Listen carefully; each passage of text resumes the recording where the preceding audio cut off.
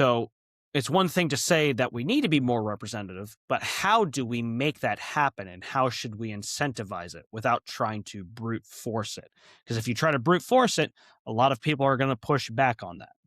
And then lastly, because sometimes people like to poo poo other people that have different political views on them for all sorts of different things. But even if people aren't necessarily quote unquote right about not feeling represented, if you think that their arguments are unjustified or whatever, the fact that they still feel that way matters because is a lot of disenchantment and disengagement and lack of feeling represented by government that we see today.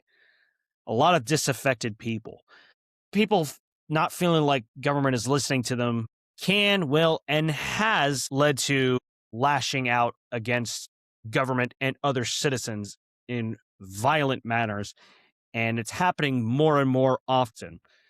And it's getting a lot more attention.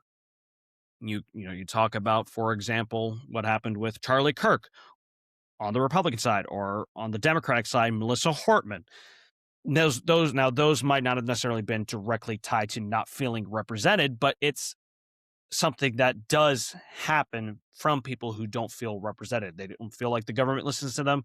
How many times have people tried to, make a statement basically? Now, of course, obviously that doesn't mean that their actions are correct, that they're justified. Violence is never justified. But if you let these feelings of not feeling representative fester, it could lead to more and more situations like that.